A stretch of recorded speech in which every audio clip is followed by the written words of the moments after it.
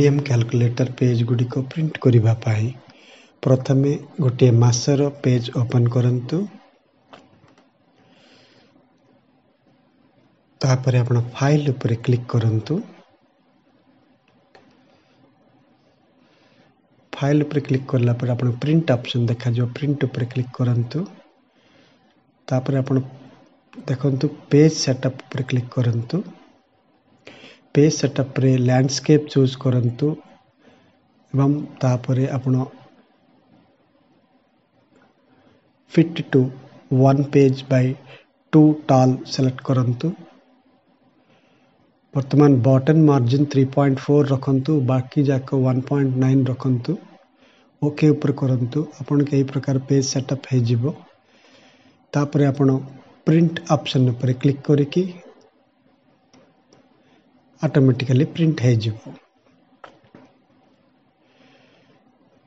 वर्तमान हम दीटा page print हैला। गोटे होची मंथली स्टेटमेंट आ गोटे होची टोटल मंथ रो व्यूटा। वर्तमान आमे देखिबा किपरि मंथली स्टेटमेंट गुडी को प्रिंट करिबा। ता पय आपण प्रथमे मंथली स्टेटमेंट ऊपर क्लिक करंतु। फाइल ऊपर क्लिक करंतु। प्रिंट ऊपर क्लिक करंतु।